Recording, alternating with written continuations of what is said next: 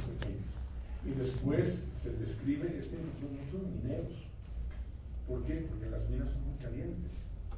Y en las minas hay agua. Y en las minas, pues los mineros no es que van a salir a defecar a un baño fuera de la mina. No, ahí mismo. Ahí mismo. Entonces ahí, pues para eso es donde desarrollaron. Entonces, no la infección de los mineros. Y obviamente, años después, el otro investigador dice, ¿y cómo entran estos parásitos?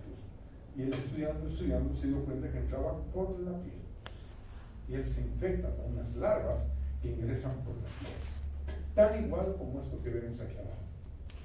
Esto es Strongyloides estercoralis. Otro parásito que lo encontramos en las zonas tropicales de nuestro país. Todo esto hay en Bolivia, no es que no hay. Y por ejemplo, ellos están viendo la historia, de acuerdo cómo Strongyloides es un parásito que ingresa por la piel, genera como un cañón que se está moviendo. No es que el parásito tiene este tamaño, es muy pequeñito, mide aproximadamente entre 250 a 300 micrómetros. Es muy pequeñito. Esto es muy grande ya en la mano. No es el parásito genera un camino. O sea, él se va moviendo. Esto se llama larva migrante o larva migrans. ¿De acuerdo? Y luego de un tiempo el parásito se introduce a un vaso sanguíneo y comienza a subir en nuestro interior. Entonces ahí estamos viendo cómo pues, otros investigadores fueron encontrando, y para que tengan una idea, hasta aquí, el hecho de encontrar un parásito y saber qué era, cómo funcionaba, qué es lo que producía, es la obra de muchos investigadores, de varios investigadores. No es que uno sabía todo solito, uno descubría algo, el otro leía el informe, él decía si esto es así, entonces debe pasar esto, y de esa manera, paulatinamente, fueron encontrando estos parásitos en el mundo. Seguimos con un poquito de historia, solo de algunos datos fundamentales, de algo que sea muy importante. Manson, otro investigador de una enfermedad muy frecuente en el África, en la parte norte de Sudamérica, la oncocercosis, es una filariasis que genera un cuadro que se llama de cantiasis. Y él descubre todo el siglo cómo se transmitía. Él es uno de los pocos que hace una descripción total de esa enfermedad. Y él demostró, por lo tanto, que un parásito cuando ingresa a nuestro organismo, ingresa de una manera. Dentro de nuestro organismo desarrolla a una o varias otras formas, hasta llegar a ser realmente nuestro organismo. O sea, nosotros somos el ideal de los parásitos. El ideal. Los mamíferos, principalmente, y obviamente los humanos. Otros investigadores rusos, ¿de acuerdo? Entonces comienzan ya a encontrar ya por el 1800 a las amebias, ¿no? Unas lesiones que se producen en el intestino, la famosa amebiosis, que la comentaremos en su día, y ellos van describiendo, por lo tanto, esta enfermedad. Lambert es un investigador muy interesante, de un parásito que se llama, que lo vemos ahí, Hemangiardia lampulia, ¿no? Y se pone el lamp en honor a él, que descubre eso que ven como una carita, que parece un muñequito, ¿no? Sus dos ojitos, su nariz, su boquita, su microscópico, y eso se llama Giardia lampulia. Muy frecuente en nuestro medio. El primer parásito que genera diarrea en niños, se puede. Bueno, o sea, ya tenemos información. Cuando hay diarrea, siempre pensamos que la causa parasitaria tiene que ser Giardia. ¿Y cómo ingresa la Giardia? Por la boca. ¿Y a través de qué? Del agua y los animales. Es resistente al cloro. Ni siquiera el agua con cloro permite matarla, ya aprenderemos después. Y obviamente ya vio que eran todas de diarrea, ¿no? Entonces, ahí vemos la foto del profesor Lamb, otro investigador que trabaja en esta línea. Chagas, la primera enfermedad parasitaria crónica en Bolivia. Somos el país más endémico de enfermedad de Chagas del mundo. Nadie nos gana medalla de oro. Y si hubiera otra medalla nos daría. La química nos daría. Pero somos el país más infectado del mundo. Del mundo. ¿Y por qué? Por las condiciones de vida que las vamos a estudiar. Y ahí vemos al profesor Carlos Antonio das Chagas, un investigador brasileño. Este es uno de los pocos que descubre el parásito, el Trypanosoma cruzi, lo vamos a ver un poquito, que describe cómo se infectan y que describe cómo es la enfermedad. En las otras se habrán dado cuenta, alguien ponía algo de su parte. En cambio, en este caso no, él hace la descripción. Y por eso sus alumnos, años después dicen esta enfermedad que se llama la enfermedad de Chagas, en honor al profesor. Y el profesor Chagas, Carlos Chagas, pone el nombre de su profesor al parásito. Su profesor era el profesor Cruz, Osvaldo Cruz. Y él, en honor a su profesor, dice que se llame el Trypanosoma cruzi. ¿No? O sea, fíjense cómo ese respeto entre investigadores hace que muchos nombres hayan sido puestos por los alumnos o sus colegas a los parásitos. Leishmaniosis, esto es muy interesante. ¿Recuerdan de la foto de los huacos? La primera foto de la destrucción de la cara. Eso se llama leishmaniosis, ¿no? ¿Y quién trabaja en eso? Este médico militar, el doctor William Leishman, ¿de acuerdo? Y el nombre de leishmaniosis es también dado por sus alumnos médicos. Nos dicen, cuando se descubre el parásito, él lo descubre, lo describe, descubre y describe lo mismo, y por lo tanto, en honor a él dice, no, esta enfermedad que se llama leishmaniosis, que es tan frecuente también en los colegios. Y dos hermanos, los hermanos Sergen, demuestran que eran unos mosquitos los que transmitían. Él sospechaba que era una por picadura de mosquito. Fíjense, ya estoy incorporando otro criterio en esta charla. El concepto de mosquitos, el concepto de vectores, el concepto de algo que nos transmite. Hasta aquí, muchas de las enfermedades que había comentado eran por las manos, por el agua, por los alimentos.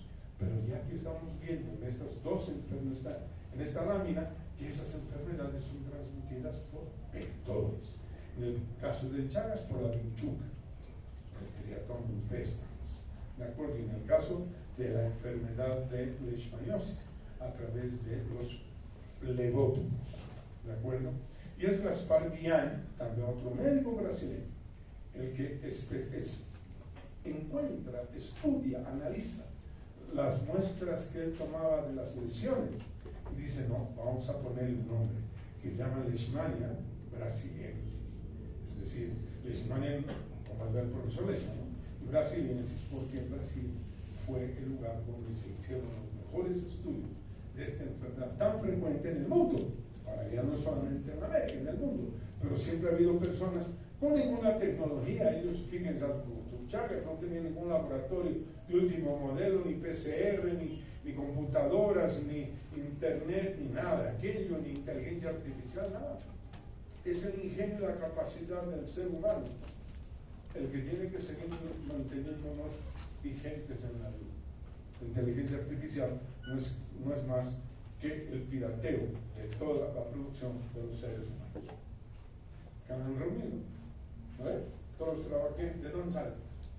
De lo que la gente ha escrito, de lo que la gente dice.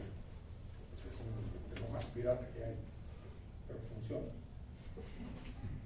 Bueno, llegamos un poco ya a nuestro siglo después de este paseo un poco histórico y vemos que en este siglo ya, pues, obviamente, con la tecnología ya tenemos mejor conocimiento de las enfermedades, de todas en general, no solo de las parasitarias, ¿no? Las bacterianas, virales, el cáncer, la diabetes, la hipertensión, etcétera, etcétera, etcétera. Por la tecnología ya tenemos mejor conocimiento, ¿no? Hemos desarrollado formas de diagnóstico mucho más simples, porque antes había que buscar al parásito dentro del organismo humano, pero no siempre lo podíamos encontrar. Pero el parásito hace algo, viviendo dentro de nuestro organismo, como es algo extraño a nosotros, va a dar lugar a la formación de anticuerpos, ¿no? Entonces hoy día, ¿cómo detectamos las enfermedades? Por anticuerpos. No sé si ustedes recuerdan el 2020, 2020, ¿recuerdan? No. Ustedes eran medio chavos. Tenían 15, 16 años. ¿Qué nos hacían a todos? Nos hacían un sopito en la nariz, ¿no? Para hacer una prueba, bueno, un tubito, Veíamos al virus, ¿no? Estamos generando una reacción antígeno-anticuerpo. Si estamos enfermos, tenemos anticuerpos. Sacamos, lo ponemos en el tubito, reacciona positivo. Y eso se llama, hay una técnica que me leísta, que es esta imagen que vemos aquí arriba, que es una de las técnicas más importantes para el diagnóstico de enfermedades en el mundo de la infectología. No solo el parásito, sino el mundo de las infecciones. Muy importante. Y además tenemos, caramba, otro equipo fantástico. El PCR, ¿no? La reacción en cadena de la polimerasa, si hablo en castellano. En inglés es protein, ¿cómo es cadena? ¿Qué? Es reaction, ¿no? Entonces se llama el PCR, que es lo que conocemos en el mundo. ¿Y qué es lo que se hace aquí? Se toma un pedacito del parásito y dentro de esta máquina se reproduce su genoma miles de veces. Entonces ya vemos al parásito. Una prueba molecular, vemos el genoma del parásito, o su ADN, o su ARN, lo que fue. Y entonces hemos avanzado muchísimo en el diagnóstico. Esto se hace en nuestro país, no mucho, porque el equipamiento es caro. Pero en países en el Perú, Brasil, Chile, Argentina, esto se hace todos los días. Aquí lamentablemente pues, no hay plata, no hacemos frecuente. Pues ya vamos viendo como en el siglo XXI ya hay muchos más medicamentos, varios medicamentos ahí con los que podemos trabajar, y además que al haber entendido cómo las enfermedades se transmiten, podemos realizar varias medidas de control que las vamos a comunicar. Pero aquí no quiero detener para que entiendan cómo la evolución parásita. Han aparecido los parásitos ahora, hace el año pasado, hace 50 o 100 años. Los parásitos comienzan cuando comienza la vida, hace 600 millones de años. No sé si pueden calcular lo que son 600 millones de años. Comienzan a existir en los mares seres unicelulares que inicialmente cada ser unicelular vivía por su cuenta. Pero paulatinamente estos seres unicelulares comienzan a tener necesidad o relación con otros seres unicelulares. Entonces ya comienza a haber una interdependencia. ¿Hace cuánto? 600 millones de años. ¿Quién sabe hace cuántos años está el humano sobre la faz de la Tierra? ¿Cómo Homo sapiens? ¿Ah?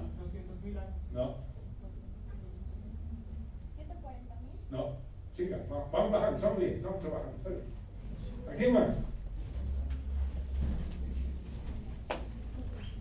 Se calcula entre 60.000 y 80.000. No más.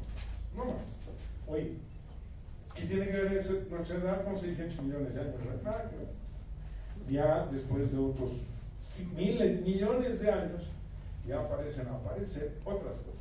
Comienzan estos seres multicelulares a asociarse, a modificar, a cambiar su estructura, y comienzan a aparecer los multicelulares. Y si hablamos de algo interesante, los platelminos, los gusanos planos, que van a dar lugar a las tenias, que se dice para muchos investigadores que la tenia es el parásito más perfecto, o tan perfecto como el ser humano. Lo único que le falta es pensar. Nada más. Entonces, ya se van formando otras estructuras. Hace 308 millones de años aparecen los ectoparásitos, los piojos, por ejemplo, los sarcópteros, es decir, todos aquellos que estaban en la piel de los animales. Y aparecen los mosquitos. Ya comienzan a aparecer los mosquitos, ¿de acuerdo? Para ir transmitiendo posteriormente enfermedades. Pero ya comienzan a haber seres más complejos. Entre 100 a 200 millones de años aparecen los homínidos, los Australopithecus, ¿no? Todo este conjunto de antecesores nuestros, que no eran humanos, sino homínidos, y que pues comienzan a alimentarse, ya tienen bipedestación, ya se pueden parar, y por lo tanto tienen acceso a arrancar comida, a tomar agua, obviamente, a alimentarse de mil maneras. Y obvio, no era que ellos tenían la capacidad de decir, a ver, hay que lavarse las manos antes de comer. No, nos lavemos las manos, ¿no? Como deberíamos hacer hoy día. Díganme ustedes cuántas veces habrán lavado las manos hoy. Dejo en el aire. Me imagino que una vez todos. Me imagino que se habrán lavado esta mañana. Pero esta mañana a las 5 de la tarde, solo Dios sabe. Hace 10.000 años, y para arriba, 10.000 a 30.000 años, el hombre ya no es sedentario. Es decir, el hombre se vuelve sedentario. Comienza a vivir en comunidad, ¿no? Comienza ya a domesticar animales.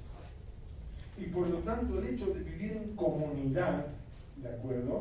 Ya se vuelve más sedentario, ¿de acuerdo? Entonces hace que conviva con otras personas y con los animales, y ahí comienzan a aparecer las zoonosis, es decir, las infecciones parasitarias en animales que se transmiten a estos humanos.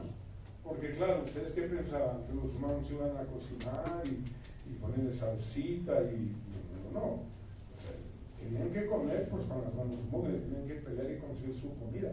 Y comían cosas crudas. Y por lo tanto, al comer cosas crudas se infectaban, podían infectarse de muchas cosas. Y llegamos hace 3.000 años un poco más, ¿no? Que ya hemos evolucionado nosotros. Me gusta mucho esa diapositiva, ¿no? ¿Se han dado cuenta la última? ¿No? Bien bonita. De los monos, ¿no? Todo el hombre, y comenzamos ya a perder nuestra capacidad de humano, ¿no? Empezar con el celular y viviendo como los monos agachados, ya. Estamos volviendo a la edad esa. No todo el día. ¿Right? Nada más es un comentario. Pero fíjense, ahora, los parásitos son seres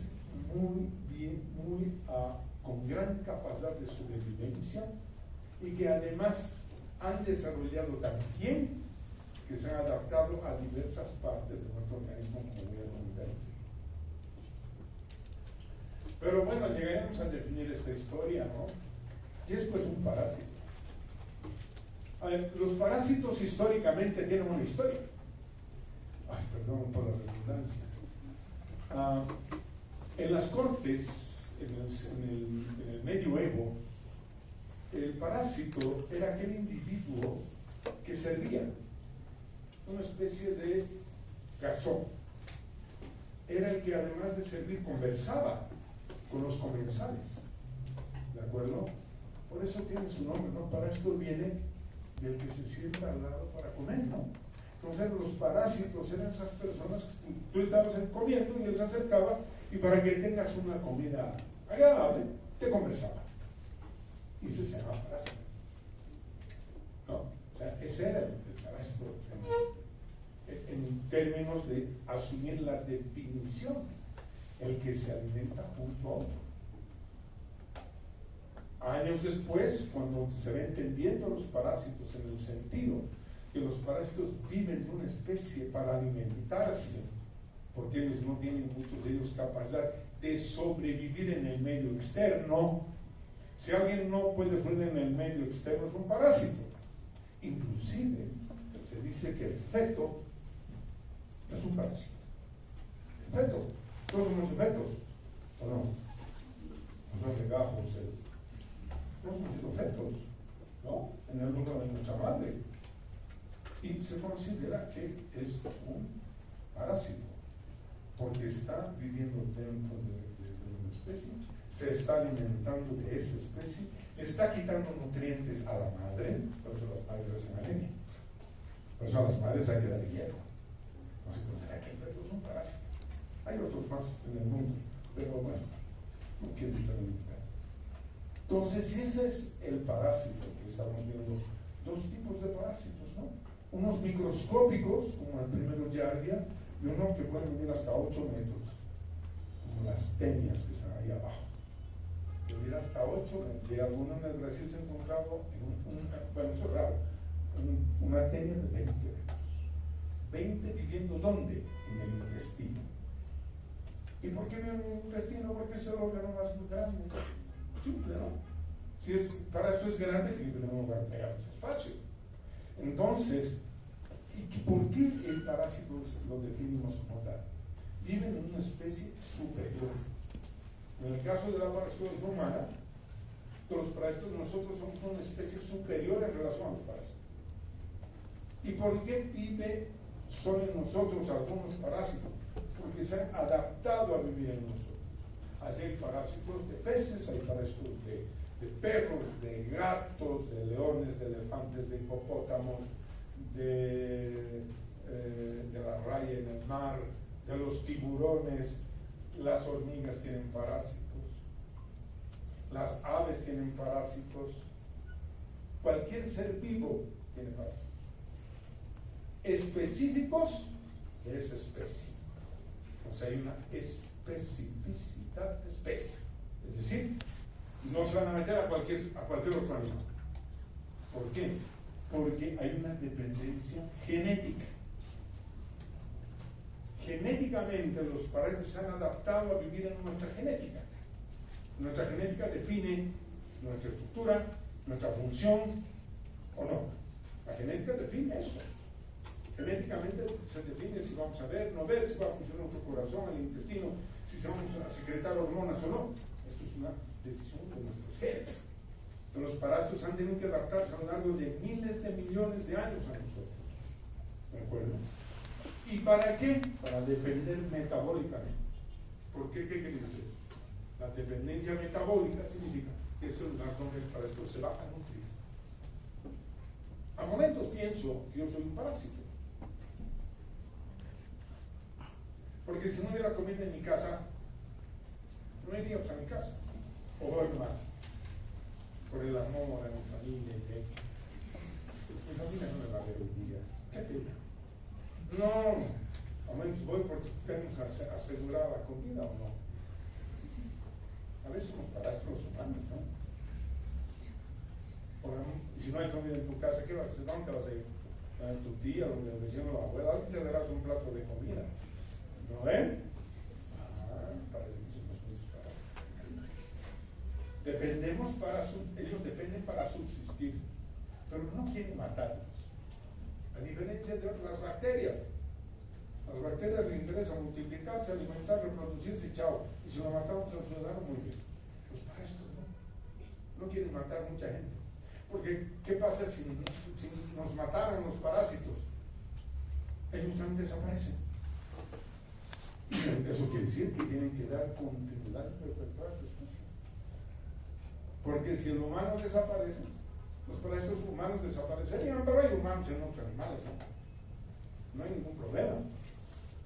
Pero los que viven en nosotros específicamente y solo única y en los humanos, pues esos desaparecen.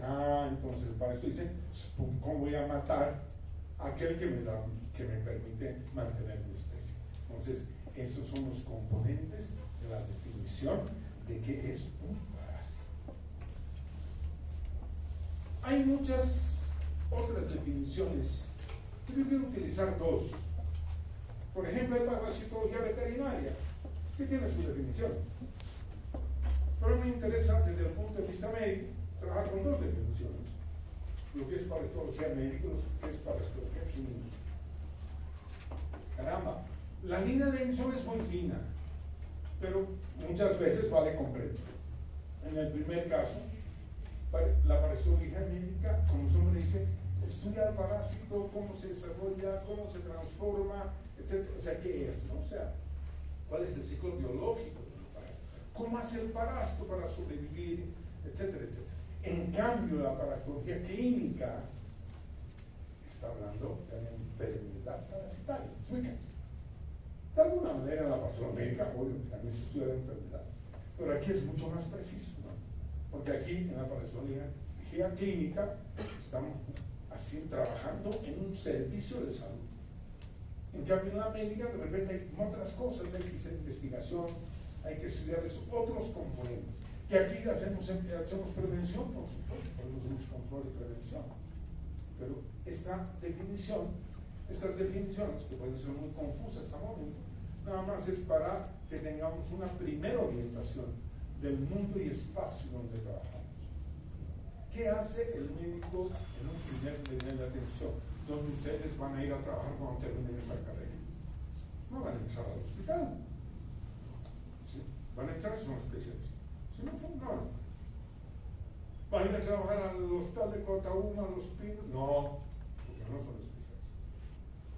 No Don Marino, primer nivel, todos hemos comenzado ahí. O sea, los centros de salud barriales, ¿no ven? Ahí vamos a trabajar. Sin grandes laboratorios, sin grandes aparatos de diagnóstico, no. ¿Y qué vamos a hacer mucho ahí? La clínica, ¿no? Vamos a tener al paciente, vamos a examinarlo, etcétera, hasta llegar a un diagnóstico y hacer un buen. De eso se trata, la división con la que estamos planteando. Hay otras divisiones, ¿no? ¿Y cómo se clasifican? Varias clasificaciones, pero yo voy a utilizar la fundamental. El hecho de que son unicelulares, los protozoarios. Hay una foto ahí al ladito, que son parásitos dentro de un glóbulo rojo. Histología. ¿Cuánto mide un glóbulo rojo? Más o menos. ¿Ah? ¿Cuánto? Ya, digamos, 7 promedio. ¿No? 6 a 8 por ahí, ¿no? En ese glóbulo rojo tan pequeñito que han visto ustedes en la microscopía, viven los parásitos. Ahí cada puntito es un parásito. Llaman aerosolitos de la malaria. Fíjense el tamaño, se vive en 6 micras, 16, 24 hasta 36 parásitos viven dentro del glóbulo rojo, 36. Grandes. Y no viven en otra parte. Solo han evolucionado para vivir en los glóbulos rojos. No están en los blancos de ninguna otra célula. De las millones de células diferentes que tenemos. No, quieren el glóbulo rojo. ¿Por qué? Porque en el glóbulo rojo está su alimento. No hay en otro lugar. ¿Cuál sería el alimento del glóbulo rojo? La hemoglobina. ¿Recuerdan de la hemoglobina? Parece que no. Tal vez porque no hay hemoglobina en otra parte. ¿Dónde va a ir la hemoglobina? Pero fíjense esa adaptación. Solo aprendió a hacer en años. Los unicelulares. Pues ven ya los multicelulares, le llamamos segmentos en general, luego verán la clasificación específica. Ahí estamos viendo esa tenia, estamos viendo una parte de la tenia. Estas tenias que miden entre 4 a 8 metros. Esto es tan pequeñito, y ustedes ven que mide más o menos 1 milímetro, 1,5 milímetros. Y ahí están unas estructuras que permiten que el parto se quede enclavado en el intestino delgado. Y mide 8 metros, ¿no? ¿Y por qué vivir en el intestino delgado aparte que hay espacio? ¿A quién? Levante la mano, a ver quién quiere opinar. ¿Por qué creen que se va a meter en el intestino? ¿Por qué no está grueso? ¿Por qué no es delgado? Absorción de nutrientes.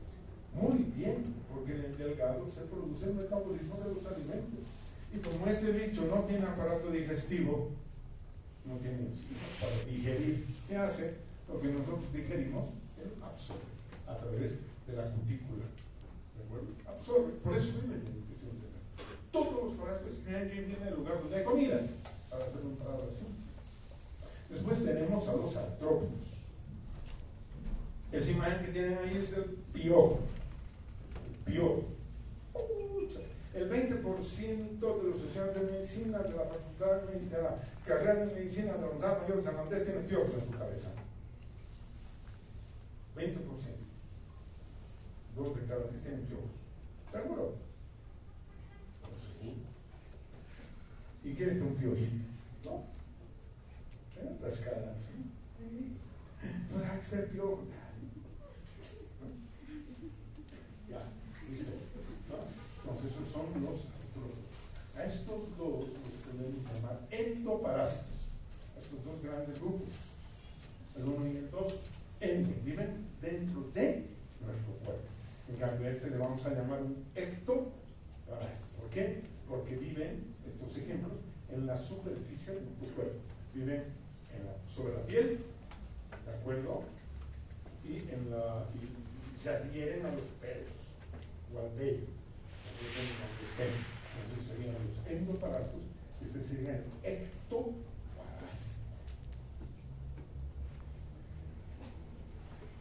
Otros dos términos. Hay discusión sobre la tecnología médica, les quiero decir.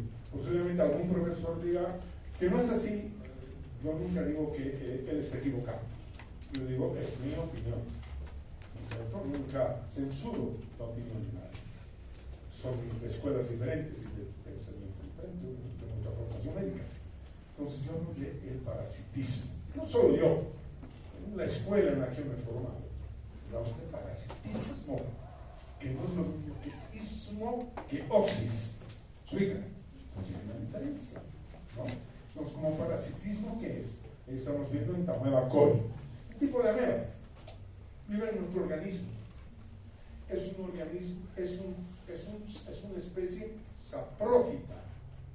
¿Qué quiere decir eso? Otro término. Es una especie que no ocasiona daño. Saprófito quiere decir no funciona enfermedad. Y hay poblaciones donde el 100% de las comunidades que hemos estudiado tienen Entamueva coli en su intestino. Se ha adaptado tan bien durante miles de años y ha logrado decir, bueno, mejor yo no ataco a este organismo porque este organismo a través de su sistema inmune me va a destruir. Y lo que vamos a evitar es que nos liquiden o no. ¿Sí o no? ¿O quieren hacerse matar ustedes? Pues qué falta de vida que tenemos los martes. ¿Quisieron morir ustedes? Sí, algunos sí. Escuchado. Yo no, todavía no quiero morir. Entonces, si no quiero morir, tengo que evitar aquello que me puede matar. ¿Verdad? ¿Y qué es lo que le puede matar a los parásitos? El sistema inmune, nuestras defensas. Entonces se vuelven saprófitos. Evolucionan, ya, listo. No voy a producir ninguna enfermedad, no voy a lesionar ningún tejido, y por lo tanto, como no lesiono un tejido, el sistema inmune pasa directo, no le hace nada.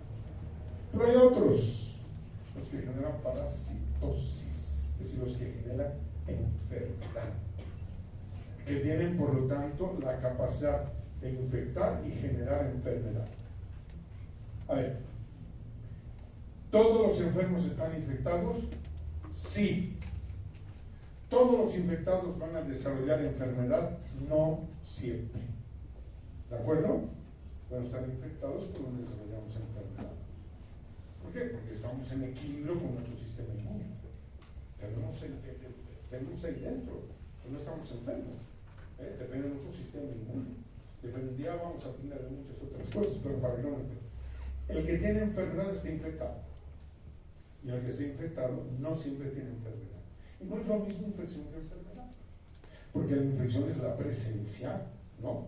En este caso, en un parásito, ¿qué puede ocasionar la enfermedad? En cambio, la enfermedad es la existencia de signos y síntomas, ¿no? Eso es enfermedad. Estamos enfermos de, por, etcétera, etcétera. En esa foto que ustedes ven, son niños pálidos. Y eso es porque tienen, recuerdan esos, los ancilostómicos, son una foto como pacientes con sus bocas abiertas. Bueno, esos que hacen se alimentan de sangre. ¿De acuerdo? Viven en el intestino delgado, miles, son pequeñitos. Y por lo tanto las personas son pálidas. Entonces ya nos vamos dando cuenta que podemos diferenciar los conceptos de otros. Vamos a pararnos un ratito. Pónganse de pie. Que muy bonita, ¿no? Unas cositas en los estómago, chao, tienes parásitos. Te bloqueo, estás enferma. Okay. Hay un concepto que es importante desde el punto de vista de aprender a escribir para psicología, es la taxonomía. Que no es más saber escribir adecuadamente el nombre científico de una bacteria, de un parásito, de un virus, de un hongo o de un prion, que son las 5 estructuras que generan enfermedad. Y para ello hay pues toda una definición del porqué y llamamos categorías taxonómicas. Cualquier parásito pertenece a un reino, tiene un filum, una clase, orden, familia, género y especie. Hay clase, subclase, orden, suborden, ¿no? Hay superfamilia. O sea, hay una serie de definiciones muy complicadas que no las vamos a nosotros preguntar ni llevar, pero tenemos que entender que él tiene toda una razón de ser. La clasificación taxonómica tiene una razón biológica, es un ordenamiento de a dónde pertenece, qué estructura o qué características tiene para definir el género y su especie. Y ahí estamos viendo, ¿no es cierto?, que lo que vamos a trabajar mucho, ustedes han podido darse cuenta que en muchos parámetros he puesto ya el género y la especie. Y si se han dado cuenta, decirles que se den cuenta siempre, es que el género está aquí escrito con dos. Solo la primera letra se escribe con minúscula. Aquí está, género, de ¿verdad? Todo en minúscula, y la especie todo en minúscula. Esto puede ser una manera de escribir. Puedo subrayar o puedo ponerle negritas sobre todo. ¿No? O sea, ese es el respeto a las ciencias microbiológicas. Homo sapiens, deberíamos escribir así. Homo sapiens, la H mayúscula, Homo minúscula, sapiens minúscula, en cursivo. ¿Verdad? Esa es la manera. No vamos a pedir que en sus exámenes escriban en cursivo, obvio. En sus exámenes lo que vamos a pedir es que aprendan a escribir adecuadamente de acuerdo a las normas de la taxonomía. Esto es bien complicado. Se trabaja mucho en taxonomía desde el punto de vista molecular. Es ya toda una disciplina compleja que existe. Sigamos con algunos conceptos básicos. Este es un ciclo biológico. La flecha que he puesto aquí es para ver que ve, y lo que es una flecha punta, ¿no? O sea, la historia va así. En todos los parásitos, la historia es esta. Va a comenzar, en este caso, como un huevito. El huevito se va a transformar en una larva. La larva se va a los pulmones. Va a pasar la larva por el estómago y va a volver al intestino delgado. Tiene un mecanismo para volver. Y en el intestino delgado va a eliminar los huevos, que va a salir con la materia fecal. La materia fecal, como está en el suelo, está en los ríos del Mechoqueyapu y tal, va a contaminar los alimentos, que el individuo vuelve a comer, come los huevitos, se transforma en larva, y se ubica, ¿no ven? Y repetimos la historia. El ciclo biológico es repetir la historia. Yo no sé por qué les va más, es más fácil que la tabla del 1 cuando se entiende. Huevo, larva, adulto. En la gran mayoría. Se elimina como huevo, se transforma en larva, se los larvas adultos. Ya está. Eso es. No es más. ¿Verdad? Huevos, larvas, adultos. En la gran mayoría de los parásitos. Hay otros que tendrán algún detalle por ahí, pero nada. Huevo, larva, adulto. Listo. Eso en la mente. Si eso lo comprendemos, no memorizamos, pues es importante. Entonces ya sabemos el parásito, ¿no? Que vive en un hospedero u hospedador. No hablamos de la palabra huésped, porque huésped es la traducción del inglés. Host. Host es huésped. ¿Quién es el huésped en su casa? ¿Han tenido alguna vez un huésped en su casa? ¿Ha llegado alguien a su casa alguna vez? Sí. ¿Un familiar, un pariente? ¿Ha llegado o no? Sí. ¿Qué le llamamos a él? Huésped. En realidad debería ser un parásito. ¿O no? Estamos dando cobijo, comida, cama, luz, internet, todo. ¿Y nos paga? No nos paga. Encima lleva la toalla del lugar. Entonces, por eso es que host es huésped. Entonces, el parásito sería el huésped. ¿Se ubican, no ven? Nosotros hablamos de hospedero u hospedador, que es la especie superior, en la cual va a cumplir su ciclo biológico. Probablemente con unas etapas en algunos parásitos fuera de nuestro organismo, pero en otros totalmente va a desarrollar todas sus etapas al interior de nosotros. Le llamamos ciclo biológico, una secuencia de fases para lograr llegar a ser adulto. ¿Y para qué quieren ser adultos los parásitos? ¿Para qué? ¿Quién quiere responder? De esta fila. ¿Para qué los parásitos quieren ser adultos? ¿Para qué las discotecas? ¿Para qué? Para reproducirse, jóvenes. La mayoría de los seres vivos se reproduce de adulto, no de changos. Hay que reproducir capaz, ¿no? Reproducirse pues de adulto, no a los 17 y 8 años, wow, esta les escapa la barbarie. todavía. Todos para estos quieren ser adultos para reproducirse, para mantener su especie. Para eso es, no es para otra cosa. Y todos los parásitos pues producen acciones patógenas. Se llaman los parásitos. Si uno es saprófito, el otro ya, ¿qué se llamaría? Lo opuesto a saprófito, que no siempre enfermedad, patógeno. Patos, enfermedad quiere decir, en latín, patos. Patogenia, patogénesis, estudio de la enfermedad, ¿no?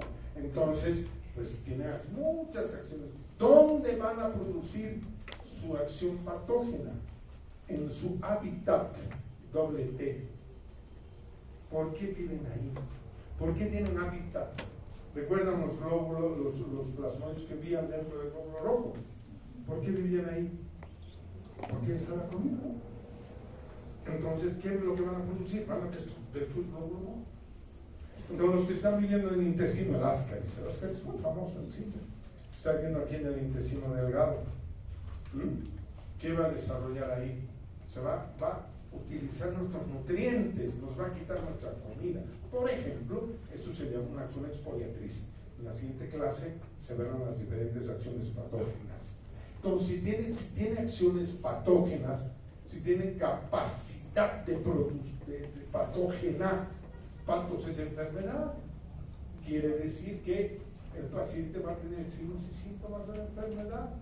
Y este individuo en esta persona que las ascaris vive en el intestino delgado,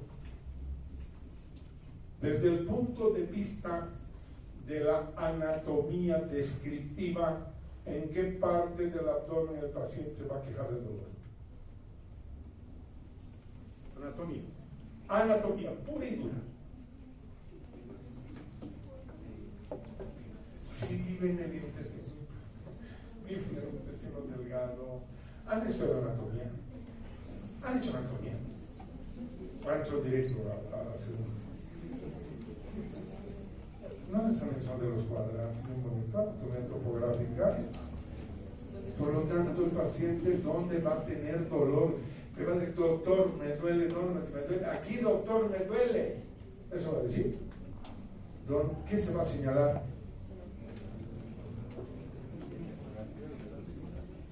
El mesogástrico, porque ahí está el intestino delgado. Si no sé ese detalle, entonces si viene el paciente y dice, doctor, me duele aquí, mesogástrico, intestino delgado, o entonces yo pienso en enfermedad de intestino delgado. Si me dice, me duele aquí, doctor, aquí, debajo de mi costilla, hipocondrio derecho. ¿Qué vamos a pensar? ¿Enfermedad de qué puede ser ahí? ¿De qué? ¿De qué órgano? Hígado, vesícula biliar. No, el paciente se está quejando de un fuerte dolor a nivel de la fosa ilíaca derecha. Realmente una apendicitis. Si sabemos anatomía topográfica, el paciente nos va a contar, pues, aquí me duele, doctor, aquí. O sea, él te cuenta el dolor, pero si no tengo idea de la anatomía topográfica,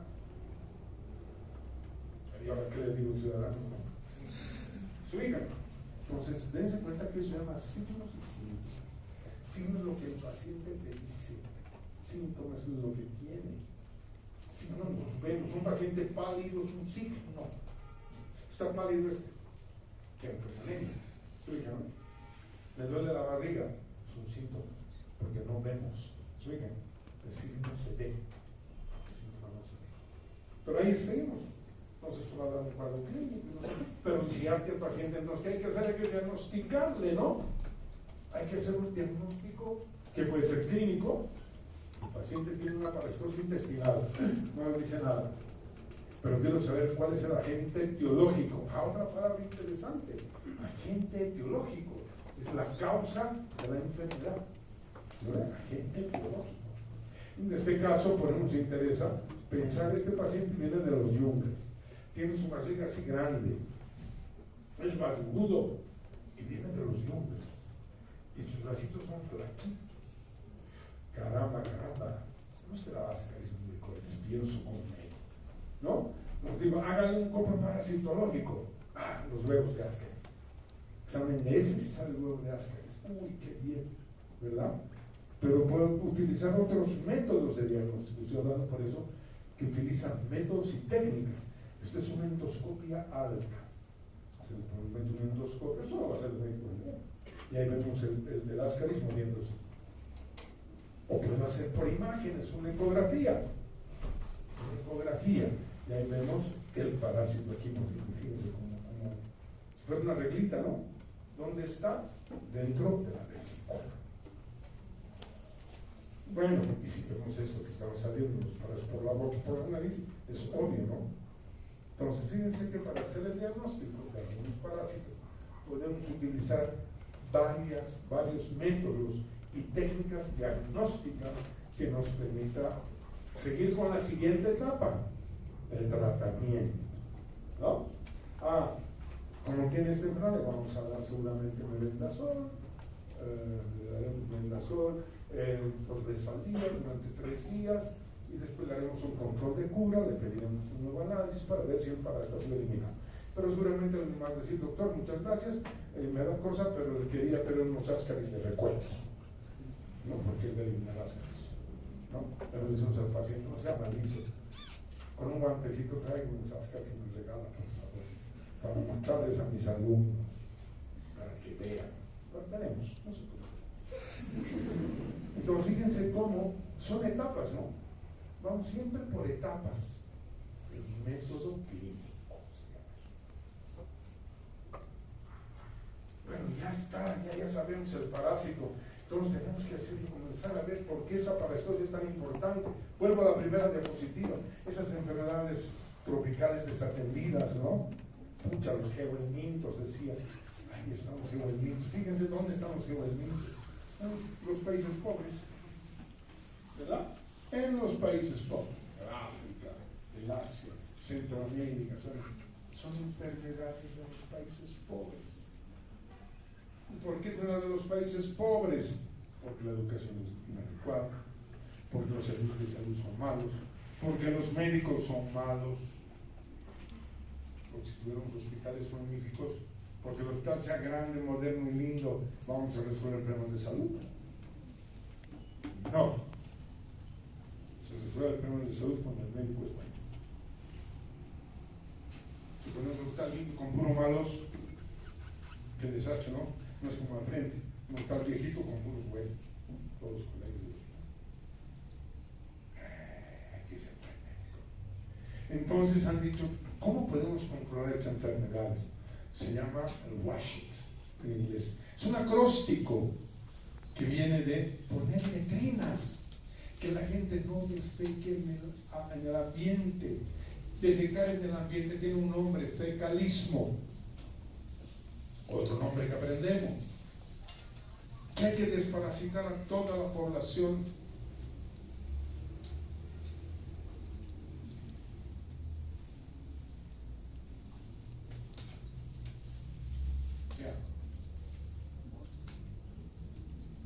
¿Qué le va a hacer? El Ecuador lo hace, en Perú, en Chile, ¿qué quiere decir? El Brasil, nosotros nunca hacemos nada.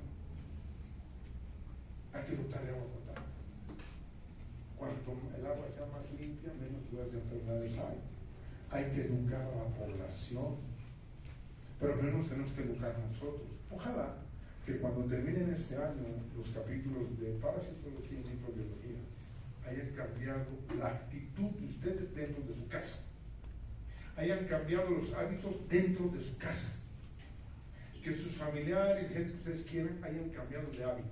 Por ejemplo, ¿qué hacemos cuando las moscas entran a un alimento nuestro? ¿Qué hacemos? Y seguimos comiendo, nos da lo mismo. Cuando esa mosca estaba parada en materia fecal, una caca, ahí estaba. Mosca, le metemos igual. ¿Qué cuesta tapar nuestros alimentos con un trapito? ¿Qué cuesta? ¿Cuesta algo? Hay que comprar un trapito especial. Su camiseta vieja, ponga pues. Su hija. Cosas, detalles, porque las enfermedades ingresan por esos detalles. Educar y servicio de salud de calidad. ¿Qué quiere decir? Buenos. Si sintetizamos esto en imágenes, Resulta que hay una profilaxis entonces. Profilaxis es con la P. Son las medidas que damos a la persona, es decir, a la consulta. Viene un paciente a la consulta médica con una diarrea, porque él come mucho en la calle, le gusta comer cochinadas en la calle. El último estudio que tenemos de hace años, no creo que haya cambiado. En la ceja del alto, el 85% de los alimentos que se venden en la calle, en la ceja del alto, tienen partículas de materia fecal. O sea, en palabras simples, comen caca. En partículas. ¿De acuerdo? Entonces, ¿qué le vamos a decir a esa persona que sabe que come en la calle? Mire, ya no come en la calle, ¿no? Porque usted está infectando ahí. Se llama medida de profilaxis. ¿Por qué? Porque le estoy diciendo al paciente, a la persona. Pero tenemos medidas de control. Es control con C, a la comunidad. ¿No? Vamos a dotar de agua potable a todo el barrio, a todo el pueblo. Esa es una medida de control, fíjense, porque va en beneficio de la comunidad. Y el control de cura es cuando le damos una medicación a un paciente y tenemos que verificar que él esté sano. Porque el médico que no sabe medicina, le da la medicación, su receta, todo le da la receta. Mil cosas. Hasta luego. Paga al salir. Listo. Y voy a hablar, doctor, no, ¿cuánto va a saber usted? Tranquila. Ese no sabe medicina. Porque tiene miedo que vaya el paciente y le diga, ¿sabe qué se compra? Eso es control de cómo. Entonces, ¿cuáles son las medidas de la... A ver, ustedes si han visto en la estrategia Washer, ¿qué se llama esta medida? ¿Ah? Muy bien. ¿Ah? ¿Qué está haciendo la doña? En su boca. ¿Ah? Se está dando la medicación. Desparasitación masiva. Siguiente medida. Agua limpia para lavar las manos, lavar los alimentos. Siguiente medida. Educación. ¿Qué falta? ¿Qué falta? A ver, ¿qué falta? ¿Han visto la primera diapositiva? En 15 segundos ya se me ha olvidado. ¿Qué falta? ¿Ah? Falta buenos médicos y un profesor al que le rindo homenaje. El profesor Eduardo Arana falleció, un genio de la medicina, mi profesor, un genio, murió para un accidente. No era jovencito, ¿no?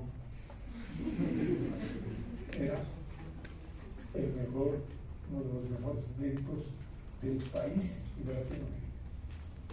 Profesor nuestro, la biblioteca de su nombre. Pero un gran médico, porque además el buen estudiante es un buen médico. El mal estudiante es un mal médico. ¿Y quién va a pagar las consecuencias de que sea mal médico? La comunidad. La comunidad, porque no van a saber atender ni nada. Entonces, hay muchos factores que intervienen en las enfermedades. No voy a entrar a todo esto. Largo. Fíjense cuántos aspectos del hospedero condicionan las enfermedades parasitarias. Muchos. ¿Ah?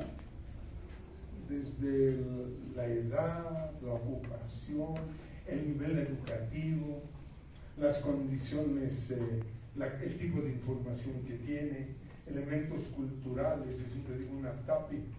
En el aptapi yo no veo que primero se laven sus manos. Nunca he visto directito nomás a los churros, el charque, el huevo, las hadas, ¿no?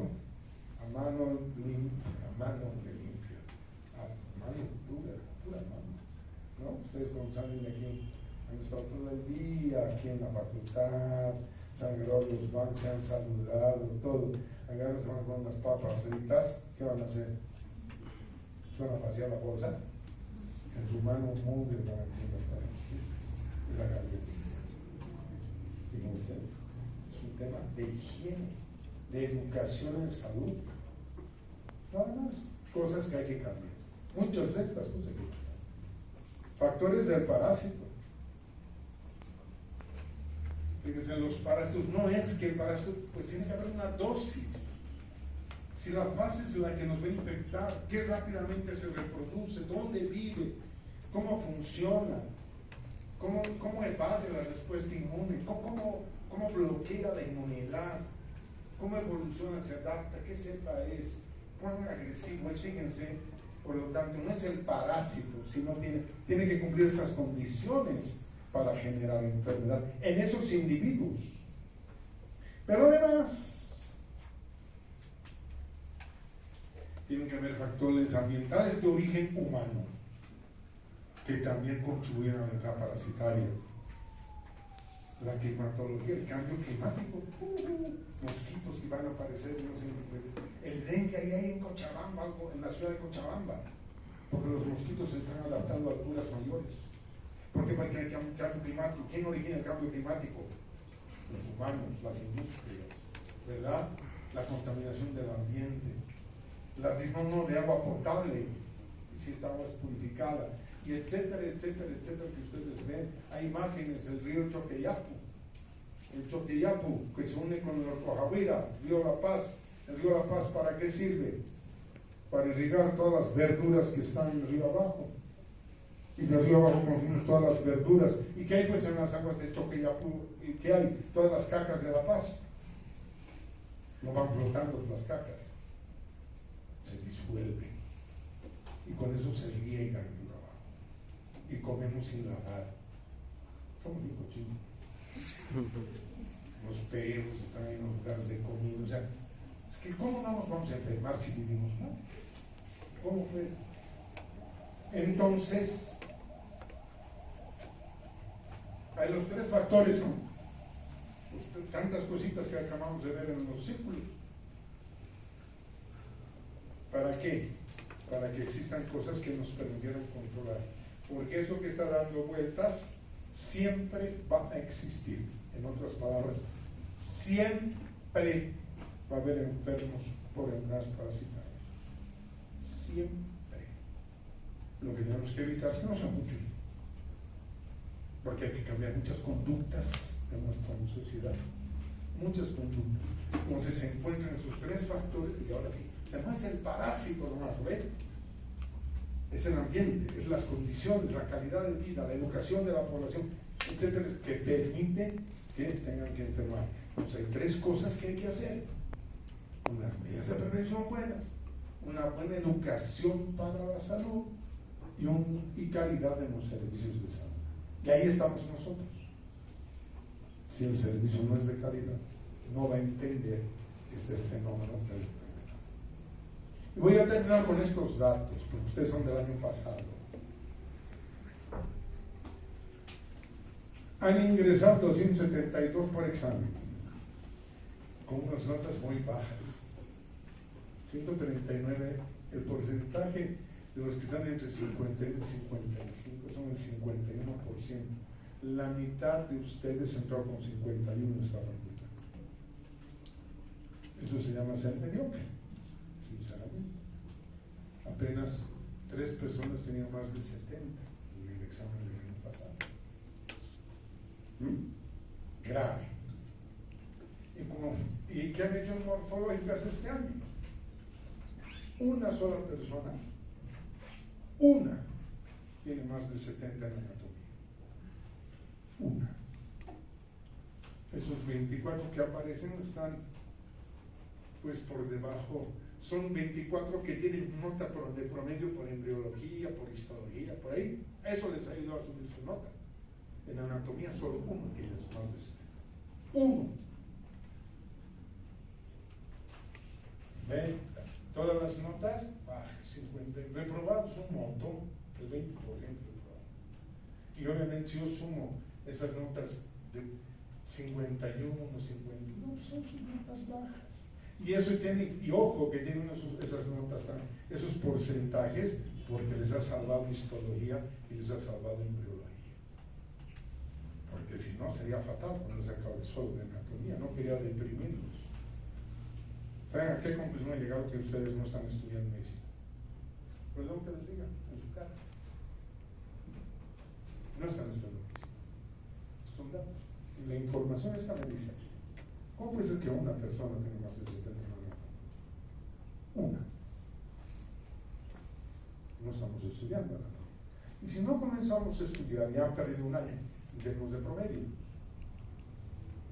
Para inscribirse en México, no, para dar examen, para inscribirse y ser postulante a la especialidad en México, hay que tener en promedio 85 para inscribirse. Sus promedios son muy bajos. ¿Se acuerda el promedio de cada uno? Sus promedios son bajísimos. Claro, salud pública, esto y lo otro les dispara el promedio. Pero si hablamos de aquello, de lo fuerte, están bajos. Y tienen que ponerse a estudiar ahora. No es que ya ha pasado un año, ahora venga el segundo y pasará al tercero y así sucesivamente con el gran 51. Eso los va a llevar a fracasar en su vida médica, les guste o no les guste. Mañana soy parte del tribunal para el examen para la residencia médica. ¿De acuerdo? ¿Saben cuántos van a dar mañana para entrar a ser especialistas? 1,700 médicos. 1,700 médicos. Vamos a tomar en el examen en el Coliseo. ¿Sabes cuántos van a entrar? Si es que entran, 220.